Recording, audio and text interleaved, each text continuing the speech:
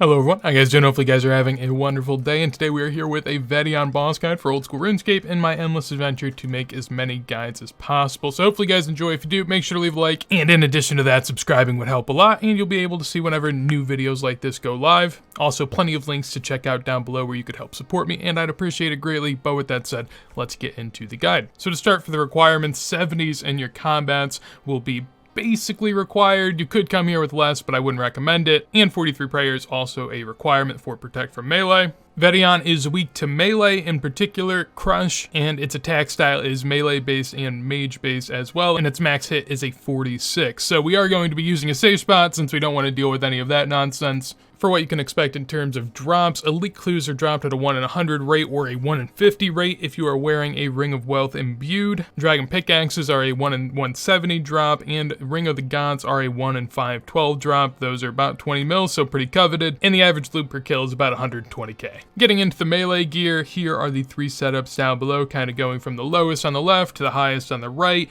and everything in between. Pick the best option that you have available for yourself. As far as weapons, on the low end, we have a God Sword. Zamorak God Sword is going to be the cheapest, at least it is at the moment. The middle is the Elder Maul, and on the far right we have the Vigorous Chain Mace. The Vigorous Chain Mace is actually less expensive than the Elder Maul, so I'd recommend it highly, but you do have to charge it with Ether, which is kind of an added risk in the Wildy. However, I think it is well worth it. Pick the best options that you can from there, and beyond that, this is a Wildy based method, so 3 to 4 items will be kept on death depending on whether or not you protect item, but keep in mind that there's a lot of risk that goes on here, so don't bring too much. And also, if you don't want to bring an Avernic Defender, you don't want to bring any defenders in general, maybe you can't keep them on death, an Unholy Book and a Book of War are 2 good options as well. To get there, we'll be heading to the Deep Wildy, about level 31. For the inventory, I'll be bringing a Dragon Warhammer for a special attack. You can replace that with the Bando's God Sword if you don't have that. Also, some super combat potions. These are divine, but you can bring regulars if you'd like. I have a Din's Bulwark and teleports to and fro in there as well. Some Ceradomin Brews, Prayer Pots, and Super Restores, along with some Anglers. You could also bring a couple pieces of Black D'hide if you want for a switch with the Din's Bulwark whenever PKers come. It's up to you if you want to do that. If you're using the safe spot, you shouldn't need too much food, but you still want to bring a lot just in case you get PK'd. As far as how to get there, the best option is going to be the Rev Cave Teleport. This puts you pretty close and high up there in the wilderness. They used to be pretty expensive, however, now that the Rev Caves are kind of dead, they're only like 9k a piece, so it's doable. And the one I'd imagine most people are going to go for is the Corp Cave Teleport that you can use through the game's necklace options. Definitely a great way to go about it as well. So I chose the Corp Cave since this is what most people are going to do. From there, just go ahead and head north.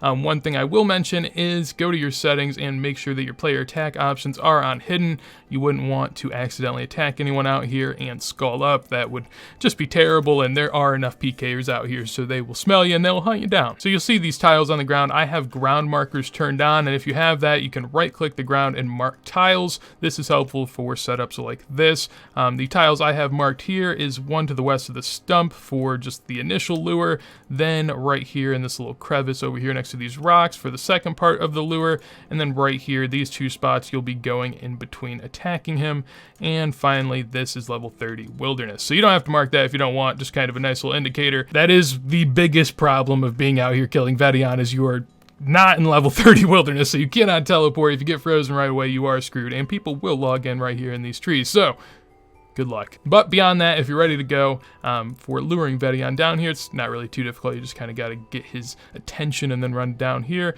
Whenever he shoots these little lightning strikes, just run out of the way and you'll be a-okay. And once he has your attention, just go down here. Once he attacks you again, then run on over to the west tile like so.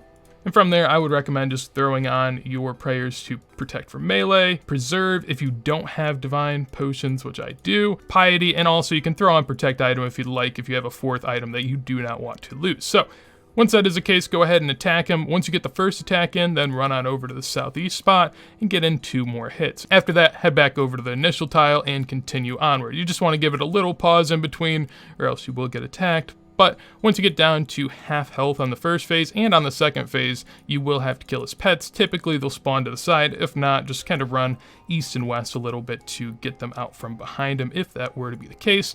It personally isn't right now. This is kind of why Vedion is harder to kill and takes a little bit more time, because these are just added HP that you don't necessarily see in the kill, but they don't have too much defense, so you kind of tear through them. And honestly, if you're working on your combat skills, you'll get a lot of XP for doing it too. Oh, that's what happens when you click from the wrong side, and I think I've now messed up the lure.